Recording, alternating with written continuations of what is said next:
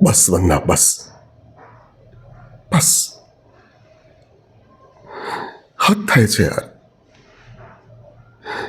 Stage પર ચાલતા નાટકોનો પણ અંત હોય છે, પણ તારા નાટકોનો ક્યારે કોઈ અંત જ નથી. હે, માં છે તું, એની સહેજ દયા તો ખા. દીકરી છે આપણી, એના એના દુઃખનો ભાગ બનવાના બદલે કાયમ તું એના સુખનો ભોગ જ લે છે. હે, દર વખતે નવા નવા ગતકડા ઊભા કરીને હંમેશા તારા મનનું ધારું કરે છે, પણ બસ હવે નહીં. આ વખતે તો નહીં જ. આ વખતે એ જ થશે જેમાં સ્વાતિનું, આપણી દીકરીનું હિત હશે. એને તકલીફ પડે એવું હું કંઈ જ નહીં થવા દઉં. ક્યાં જાય છે? ક્યાં જાય છે? સાંભળ, મારી વાત પૂરી નથી થઈ. જોયું બેટા, કંઈક કહો એટલે જતા રહેવાનો. પણ સ્વાતિ બેટા, તું શા માટે ખોટી લાગણીઓમાં તણાઈ જાય છે? હે, જો બેટા એક વાત સમજ,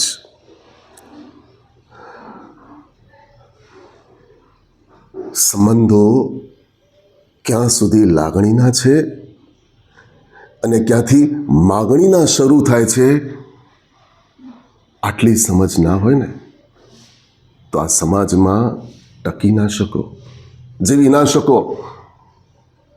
સમજી કે નહીં તું?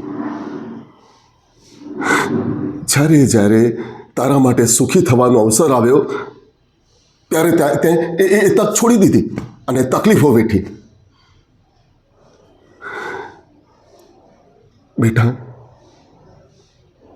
તું આ ઘરનો ખભો છે, ને સાચું કહું તો હું નહીં, તું આ ઘરનો મોભ છે, જેના પર આખું ઘર, આખો પરિવાર ટકેલો છે. બેટા, તે તારી ઈચ્છાઓ, સપનાઓને મારીને પોતાના અરમાનોની બલી ચડાવીને આ ઘરના લોકોની ઈચ્છાઓ પૂરી કરી.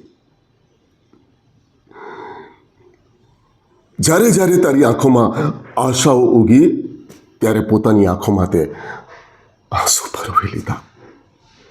બોલવા દે બેટા, મને બોલવા દે. પણ બેટા, જેવો છે એવો આ તારો બાપ હવે તારી ઈચ્છાઓ પૂરી કરશે. બેટા, મને પણ મારી જાઓ.